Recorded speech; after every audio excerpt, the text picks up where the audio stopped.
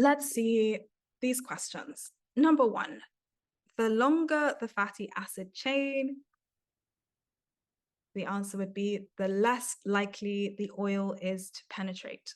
The longer the fatty acid chain, so if it is above C18, we will not expect it to get into your hair. If it is C18 and below, it can definitely slip beneath the cuticles. And if it is below C18, then it can have some affinity for your hair's cortex.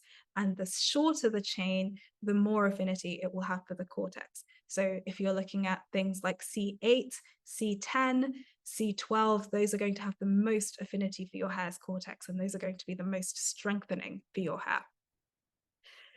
Oils can enhance the potency of conditioners. Is this true or is it false?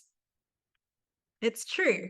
Oils can help you, especially if you've got lower porosity hair or hair that doesn't seem to respond very much to conditioners. If you use an oil in conjunction with your conditioner, you may find that your hair feels more conditioned than if you just use the conditioner by itself.